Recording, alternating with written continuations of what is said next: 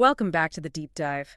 Today, we are taking on a story that you probably think you already know. I mean, if you grew up in India or Southeast Asia, or honestly, if you just have a passing interest in world mythology, the broad strokes of the Ramayana. Oh, absolutely. It is arguably one of the most famous epics in human history. It is just completely embedded in the cultural water supply for billions of people. Right. You have Prince Ram and his wife Sita and the demon king Ravana. You have the abduction, the war, the monkeys, the bridge. It is the ultimate good versus evil story. Yes, the hero's journey before the hero's journey was even a formalized concept. Exactly. And this is a huge person that we are going to spend this entire deep dive unpacking. What if I told you there is a version of this story where the central tragedy, the actual abduction of Sita, never happened? Or at least not in the way most people think it did. Right, not at all. We are diving into a text called the Adhyatma Ramayan today. And in this version, the Sita who gets kidnapped, the woman dragging her feet through the forest in despair, she isn't the real Sita. She is an illusion, a shadow Sita. A literal shadow. And the grief Sri Ram shows, all that crying and desperation in the forest, it is an act. It is a completely calculated performance. It sounds almost like a modern conspiracy theory, doesn't it? Ooh. Like some sort of fantasy retcon. But this is actually a deeply revered ancient Sanskrit text that fundamentally shifts the entire genre of the epic. It really does. It takes the Ramayana from being a heroic saga about a man fighting a demon and turns it into this massive masterclass in non-dual philosophy, Advaita Vedanta to be specific. And that is exactly what we are unpacking for you today. We have a stack of sources here, specifically the English translation of the Adhyatma Ramayan by Ajay Kumar Chacharya. And I have to say, reading this material, it feels like watching a movie you love, but suddenly the director's commentary is turned on. That is a great way to put it. Yeah, and the director is explaining that everything you see on screen is actually a metaphor for something entirely different. Because the Adhyatma Ramayan isn't just retelling the historical events. It is explaining the mechanism behind the events. It is lifting the curtain on the whole universe, basically. So let's set the stage here. What exactly is this text, and where does it come from? Because this isn't the Valmiki Ramayana that most people cite, right? No, it is not. While Valmiki is the Adikavi, the first poet who wrote the historical epic focusing on the human drama and the emotions, the Adhyatma Ramayan is attributed to Veda Vyasa. Veda Vyasa, a serious heavy hitter in this space. The heavyweight champion of ancient Indian texts. I mean, he is the legendary sage who classified the four Vedas. He wrote the Mahabharata, the Puranas, the Upanishads. In the hierarchy of Hindu literature, his name carries immense weight. Right, so this comes with serious philosophical credentials. It isn't just someone's fan fiction. It is a canonical text. Far from fan fiction, yeah. It is considered a Puranic text. It's actually embedded within a much larger work called the Brahman Puran. And the framing device for the whole thing is just fascinating. I love the framing device. It is all presented as a dialogue, right? Exactly. The entire story is a dialogue. It isn't just an omniscient narrator speaking into the void. It is Lord Shiva speaking directly to his consort goddess Parvati. Which feels very intimate. Like we, as the reader or the listener, are just eavesdropping on a private conversation between two supreme deities. Like, honey, let me tell you the real story of what happened down there with Ram. It is intimate, but it is also highly symbolic. You have Shiva, who represents the destroyer, and in this context specifically the destroyer of ignorance, revealing the ultimate truth to Parvati. And the lineage of this story is quite complex, according to the text. Very. The text says the truth went from Ram to Shiva, then Shiva narrated it to Parvati, from there went to Brahma, then to the sage Narad, and finally Veda Vyasa transcribed it into the physical text we are discussing. It is a bit of a celestial game of telephone, but the implication is that the message remains perfectly pure because of the divine status of everyone transmitting it. Precisely. So what is the mission here? Why rewrite a classic? If Valmiki's version was doing the job, why did we need the Adhyatma version at all? To answer that, you have to look at the core conflict the author is trying to resolve. In the traditional telling, Ram is the Maryada Purushottam, the perfect human man. Right, he feels pain, he feels separation, he cries when his wife is taken. He is entirely bound by earthly duty. But Veda Vyasa has a totally different goal here. He wants to reconcile Sri Ram as a human prince with Sri Ram as the Paramatma, the supreme soul. The God who is entirely beyond all suffering. Exactly. This is the central tension of the entire deep dive today. If Ram is the supreme consciousness, the literal creator of the universe, how could he be sad? How can he be confused? How can he wander around a forest asking the trees and the animals where his wife is. It doesn't make sense if he is omniscient. Right, and the Adhyatma Ramayan exists to solve that exact paradox. It transforms a heroic epic into a complex treatise on metaphysics. So it is much less about how Ram defeated Ravana and much more about who Ram really is. Precisely. It shifts the entire focus from the external physical battle to the internal spiritual reality. Well, let's get right into the first major part of our deep dive then, the metaphysical framework. Because the text starts with a very relatable problem, the crisis of Kali Yuga. Yes, the prologue opens with Sage Narad having a conversation with Lord Brahma. And Narad is deeply worried. He is looking far into the future at the age of Kali Yuga, which, according to the timeline, is the very age we are living in right now. And what does Narad see when he looks at us? What is on his mind? Well, it is not a pretty picture. He sees a world where people are completely addicted to their vices. They are full of lust and greed. They've entirely forgotten their true self. They are obsessed with the physical body and material wealth. Exactly. It sounds honestly like he was just scrolling through modern social media for 5 minutes. Unfortunately, yes, it does. Narad is basically asking Brahma, look, these people in the future are going to be so distracted and so burdened by their sins that they won't have the discipline to read the dense Vedas. Right. They won't do massive physical penances. You just don't have the attention span for it. Right, so he asks, how do they get saved?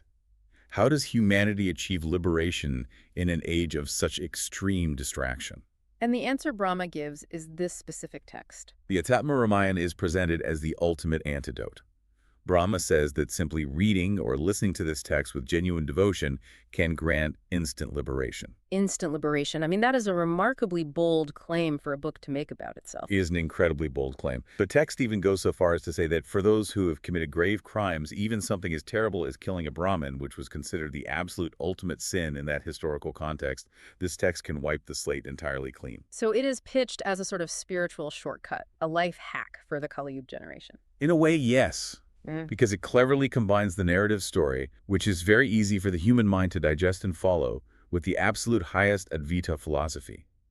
It is like hiding the bitter medicine of ego death inside a sweet spoonful of an adventure story. That brings us right to the metaphysical framework of the main character. Who is Sri Ram in this text? Because on the surface, he is Dashrath's son, he is a prince of Ayodhya, he has a birthday, he has brothers, he has a family. That is his human form.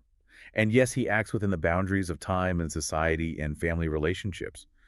But the expert narrator in the text, Lord Shiva, keeps pausing the story to remind Parvati that this is nothing but a costume.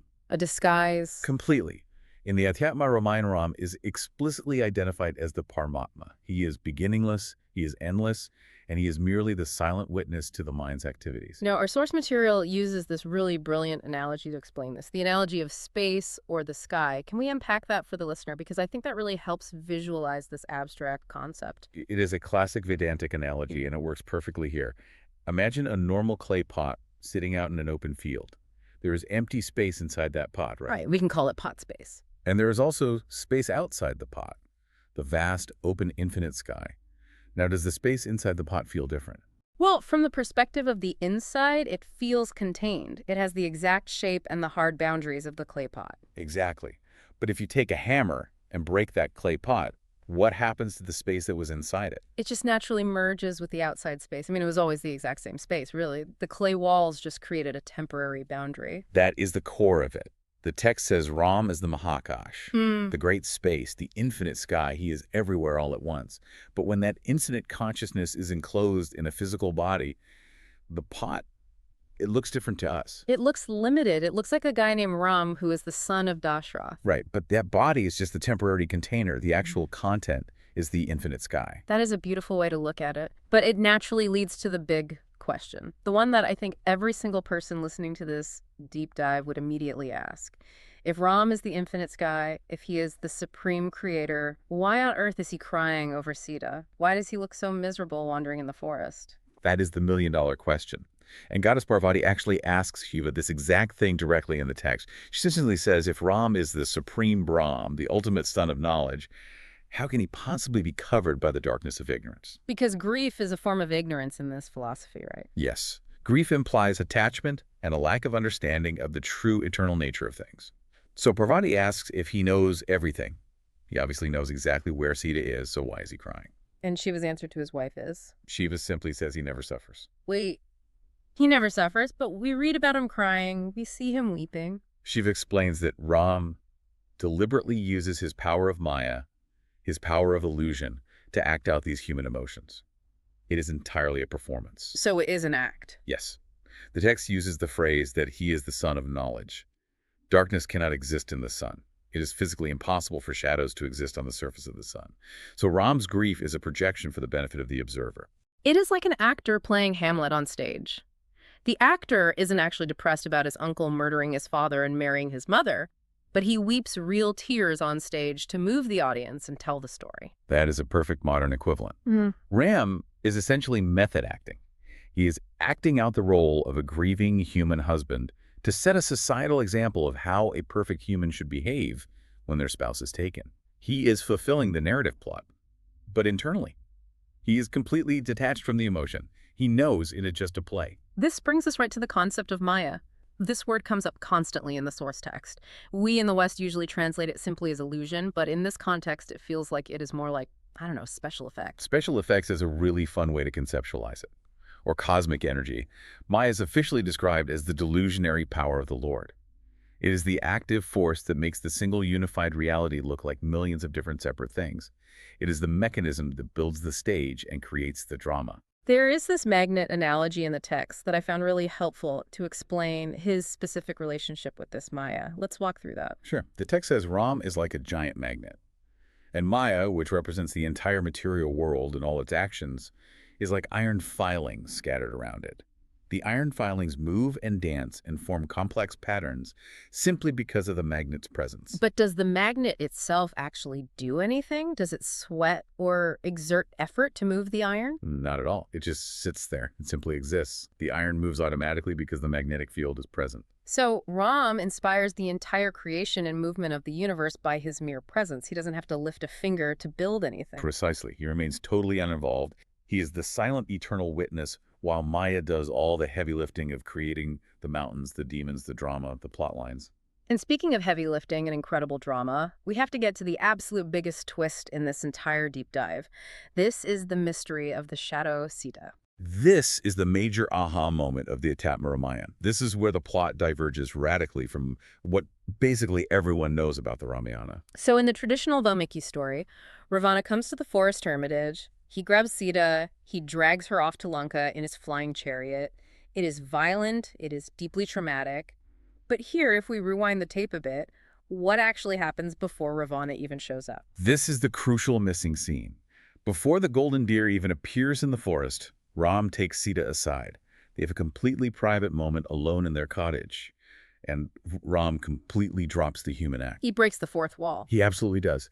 He reveals to her that he is about to perform a Leela, a divine play. He literally spoils the ending of the epic for his own wife. He does. He tells Sita, look, you are the cosmic Adishakti. You are the primal divine energy of the universe. I need you to do something very specific for me. I need you to enter the holy fire and stay hidden. He puts her in divine protective custody. Exactly. He orders her to live inside the fire god Agni in an invisible, formless state for exactly 1 year. He says Ravana is coming. It is simply not appropriate for you, the divine mother of the universe, to be touched or tainted by a demon, so you need to vanish right now. And in her place, she leaves what? She leaves a stunt double. A literal magical stunt double. A shadow Sita. The text calls it a Maya Sita. An exact illusionary replica of herself. It looks exactly like Sita, it speaks exactly like Sita, it cries like Sita, but it is entirely a hollow creation of Maya. So when that golden deer shows up outside the cottage? It is the shadow Sita who sees it and begs Ram to catch it. And when Ravana finally comes to the cottage disguised as a sage? It is the shadow Sita who offers him food and gets abducted. And when she's weeping in the Ashok Vatika garden in Lanka, surrounded by terrifying demonesses for months on end? Shadow Sita. The real Sita is just chilling in the fire, completely safe, completely untouched, completely unbothered. She's essentially watching the live stream of the Great War from a completely safe distance. I mean, that changes absolutely everything about the story. It changes the stakes completely. It means Ram isn't a desperate husband frantically searching for his missing wife. He knows exactly where she is the entire time. He does. And this totally recontextualizes the entire war chapter of the epic. The frantic searching, the wailing at the trees, the massive effort of building a stone bridge across the ocean. It is all just a necessary theatrical drama to get his army to Lanka to face Ravana. Because Ravana has to be killed to liberate the world from his tyranny. That is the actual objective. Right. Ram acts out the terrible grief to maintain the narrative for everyone watching, but the existential dread of losing his wife simply isn't there. It also solves a huge ethical problem that modern readers have with the Ramayana. The Agni Pariksha, the trial by fire at the end of the war. We will definitely get into that in detail later, but just knowing it is a shadow, Sita from the start, makes that controversial scene make so much more logical sense. It does indeed. And, there is a really subtle clue in the text that the characters in the story, at least the spiritually wise ones, actually know this truth all along. Take Vibhishan, for example, Ravana's brother. The so-called good demon who defects to Ram's side. Right. When Vibhishan is advising his brother Ravana to return Sita and avoid the war, he uses very specific theological language. He doesn't call her a human princess. He explicitly calls Sita the mother of the world. He warns Ravana that a malignant star has entered his house to destroy it. So he isn't talking about a helpless crying woman. He knows Ram is the supreme lord and Sita is the cosmic energy. He sees right through the human disguise. Exactly. It is a running theme in the Adhyatma Ramayan, actually. The demons are often significantly more spiritually aware of Ram's true divinity than the humans living back in Ayodhya. Which leads us perfectly into the next part of our deep dive, the philosophy of action. Why play the game at all? If Ram is pure infinite consciousness and Sita is totally same hiding in a fire, why chase the golden deer? Why run around a forest gathering an army of monkeys? The author of the text addresses this paradox head-on. He actually calls out the irony of the situation. The Lord, who literally owns and sustains the entire universe, is running barefoot through the mud, chasing a fake magical animal. It seems completely absurd when you zoom out. But it serves two very necessary narrative and cosmic purposes. One, it fulfills the destiny and the curse of the demon marriage who turns into the deer. And two, it sets the physical stage for Ravana's inevitable destruction. But let's actually look closely at marriage for a second. The deer. Yeah, because in most pop culture adaptations, he is just a random henchman. Ravana says, go be a deer Marriage, and Marriage just says, okay, boss, whatever you say. But in this Adhyatma version, Marriage is presented as a deep philosopher. He gets a whole internal monologue. He knows perfectly well that Ravana will murder him right there if he refuses the order. But he also knows Ram will kill him if he obeys the order and acts as the decoy. He is caught between a rock and a very hard place. But he logically analyzes his options. He realizes if Ravana kills me, I just die a meaningless death and probably go to hell for my past sins. But if Ram kills me, Ram is the Supreme Lord. Being killed personally by the hand of God is an absolute one-way ticket to salvation. So he actively chooses suicide by God. He acts out of a genuine fear of Ravana, but he holds deep devotion to Ram in his heart the whole time. As he runs around as the deer, he literally thinks to himself, I am so lucky I will get to see the Lord's face right before I die. And that specific mental state ensures his immediate liberation. This is a really unique concept in this text. We can call it salvation through confrontation. We usually think you have to be pious and nice to God to get into heaven, but here you have Ravana, Kumbhakara, and Marich. They are the sworn enemies. They literally hate Ram. They actively fest him with weapons, and yet the text says they attain Sayujya Mukti, they merge entirely into the Lord upon death. How does that mechanism actually work? It is entirely about focus, absolute intense mental focus. Okay, unpack that for me. How does hating God equal focusing on God? Well, think about human psychology. When you deeply hate someone or when you're absolutely terrified of someone, who are you thinking about all day? Them constantly. I'm thinking about what they did to me and what they might do next, how to beat them. They live rent-free in my head. Exactly. Ravana is completely obsessed with Ram. He dreams of Ram. He sees Ram everywhere in his waking hours out of pure fear and anger. His mind is 100% completely focused on the divine. So in this philosophy, the emotional intent, whether it is love or hate, doesn't matter nearly as much as the sheer concentration. In this specific Tantric and Vedantic framework, yes. The intense burning mental focus essentially acts as a fire that burns away their accumulated sins. The text describes the battlefield scenes very vividly to illustrate this. When one of these massive, terrifying demons dies, the gods are up in the clouds watching the battle, and they literally see a growing ball of light exit the demon's body. The soul of the demon. And it doesn't go down to the underworld. It shoots straight across the bloody battlefield and violently enters Ram's chest. It merges directly into the Supreme Soul. And the gods watching are shocked by this, right? They are completely baffled. Well, Like, wait a minute, that guy was a mass murderer. He ate sages. He destroyed temples. How is he getting the ultimate salvation? But Ram absorbs them all the same. It practically proves that Ram is the ultimate reality. Everything comes from him initially, and everything must eventually return to him, regardless of the specific role they were assigned to play in the earthly drama. that is just incredibly radical. It really blurs the hard line between good and bad in the ultimate cosmic sense. It dissolves the concept of the ego entirely. Whether your ego loves God or your ego hates God, if you're entirely focused on God, the individual eventually just disappears into the source. Let's move into the next major section of our deep dive.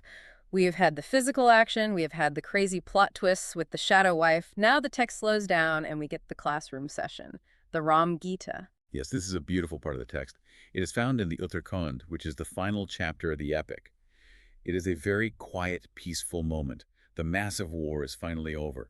Ram is back in Ayodhya, ruling as the king. And his devoted brother Laxman approaches him privately and asks him a profound question.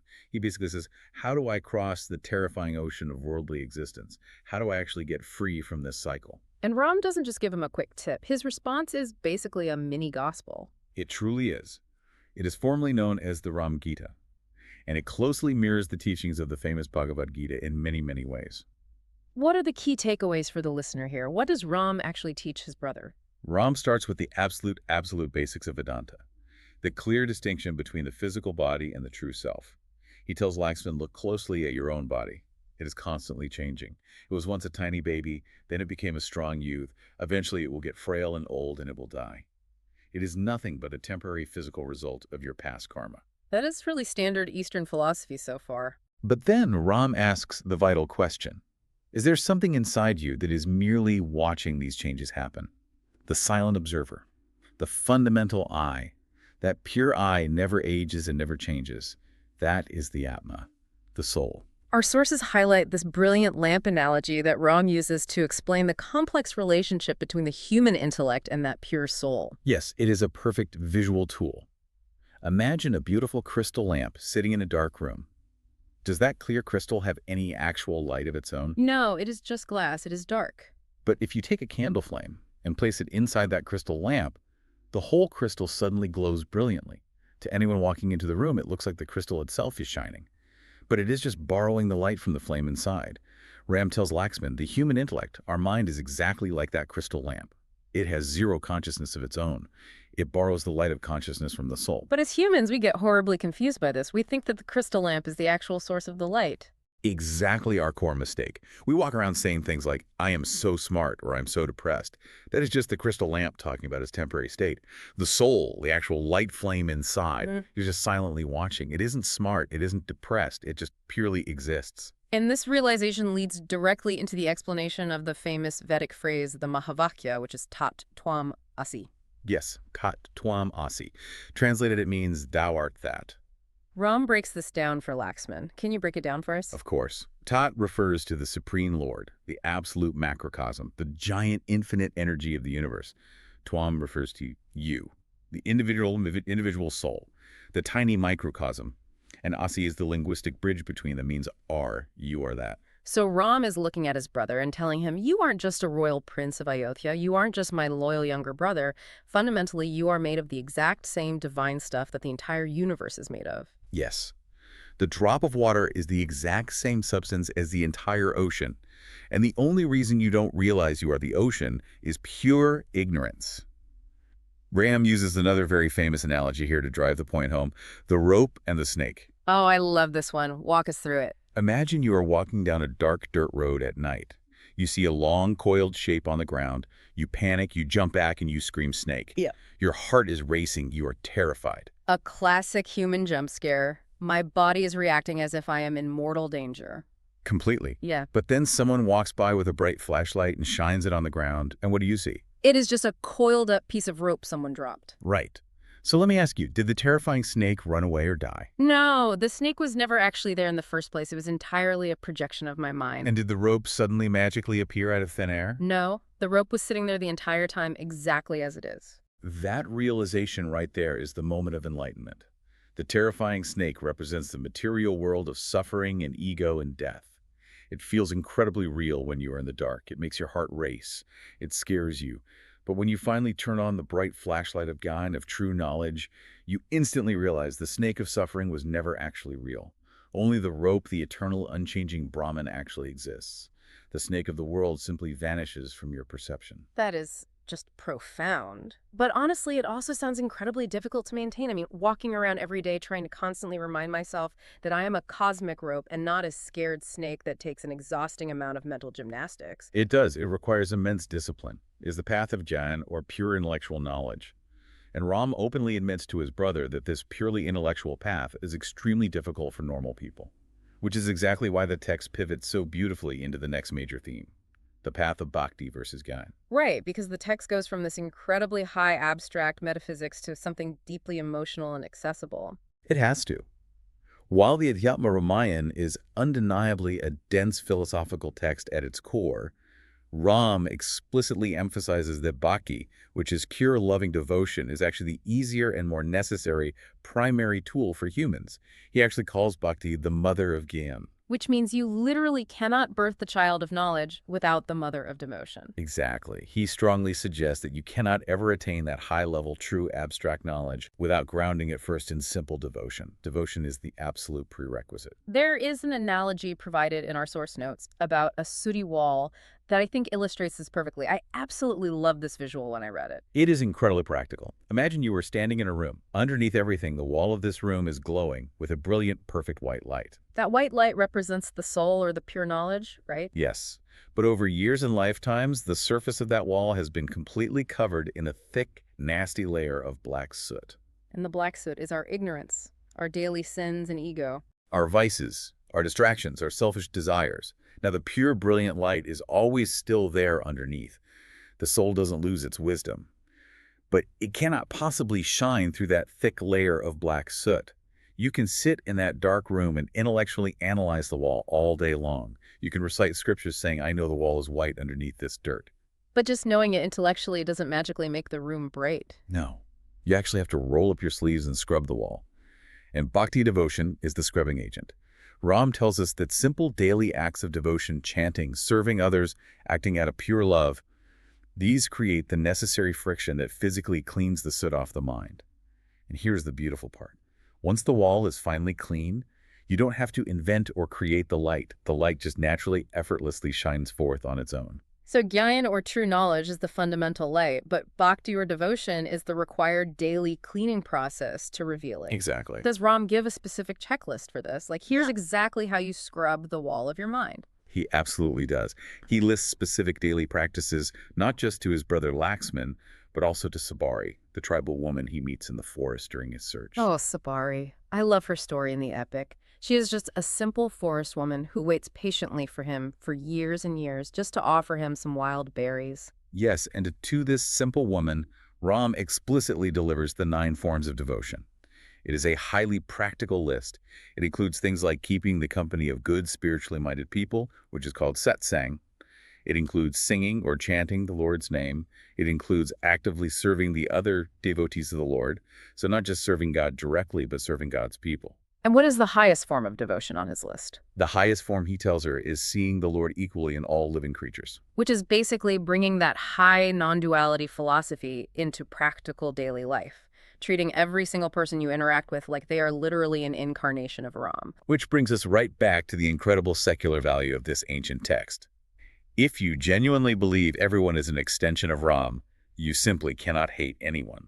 You cannot mistreat your neighbor. It enforces an incredibly high moral standard through love rather than fear. It really is beautiful. But we need to zoom back out and resolve the actual plot of the epic, because chronologically we left the real Sita sitting inside a blazing fire. Let's get into the resolution. Right, you can't forget her. So the massive war is finally won. Ravana is dead.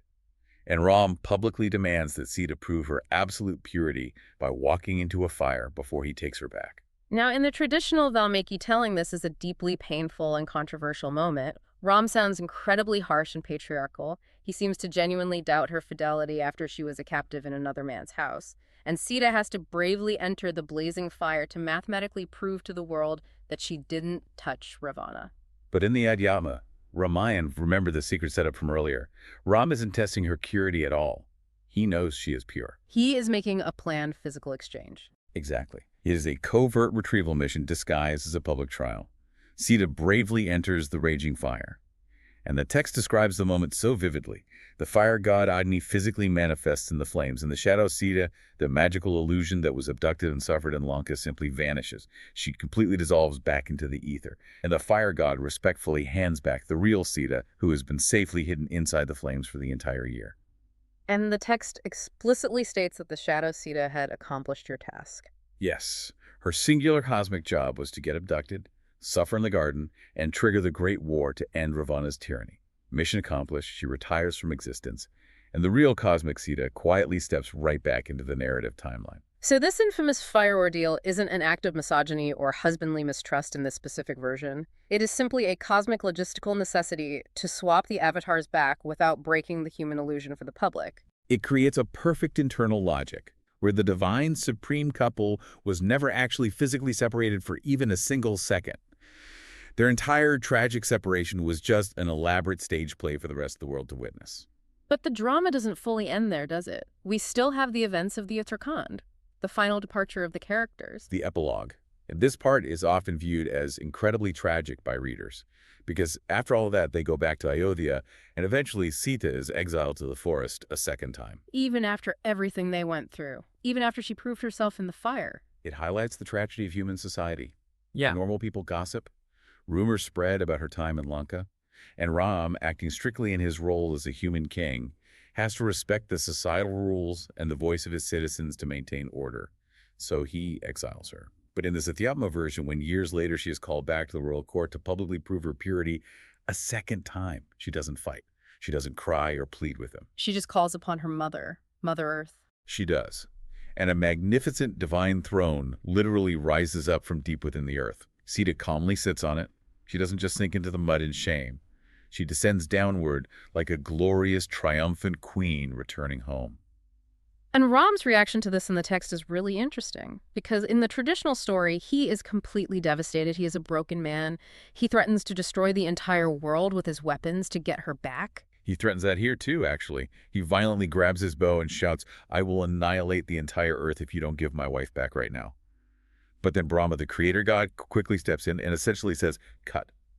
Ram, remember the script. He tells God to remember who he is. Brahma reminds him, "You are the Supreme Lord. You literally wrote this play. The drama is naturally concluding now. Sita has simply gone back to Vaikuntha, to her heavenly form. It is time for you to wrap up your human role and follow her." And does Ram snap out of it? He does. He instantly realizes the grand act is over.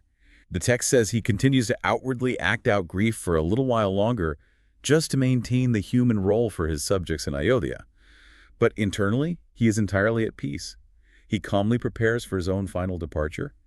Eventually, he walks into the Sarayu River and completely returns to his eternal form as Vishnu. It is a really powerful ending. It somehow manages to take the bitter tragedy out of it and replaces it with a profound sense of completion. Completion and divine purpose, yes. Yeah. The play is ended, the curtain falls, the actors go home. So let's wrap this deep dive up for our listeners. We have gone incredibly deep into the Adhyatma Ramayan today.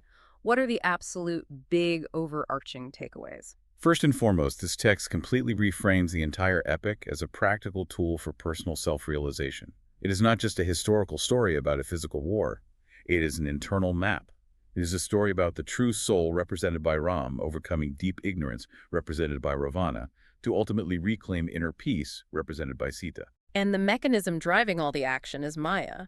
Ram is just the silent witness. The chaotic events of our lives are just a play of energy. Second, the brilliant invention of the shadow Sita solves so many ethical and theological dilemmas at once.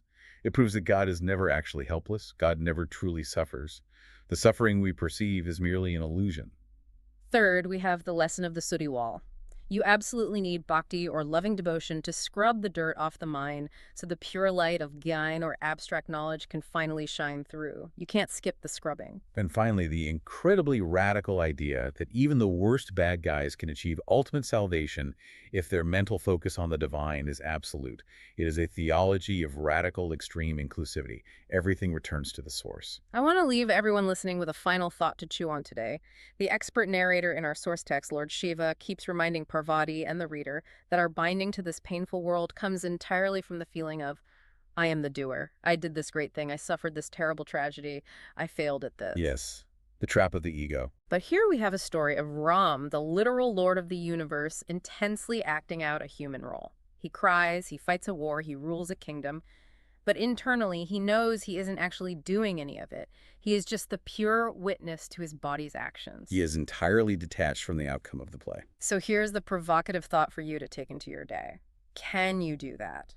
Can you navigate your own life, your own personal Leela, with that exact same sense of internal detachment?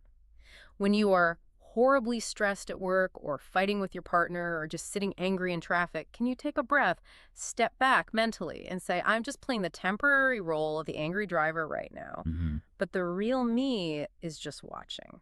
Are you the stressed out actor totally caught up in the stage drama? Or are you the silent eternal witness calmly watching the play unfold? That is the ultimate question the Adhyatma Ramayan demands we ask ourselves. It is a deep one. It is the only question that truly matters in the end. We strongly encourage you to check out the source text for yourself, especially the Ram Gita section in the final chapters, if you want to explore the pure philosophy. It is a very dense read, but it is incredibly worth it. Absolutely. It is an absolute lighthouse of ancient wisdom. Thank you so much for taking this deep dive with us today. We will see you on the next one. Goodbye, everyone.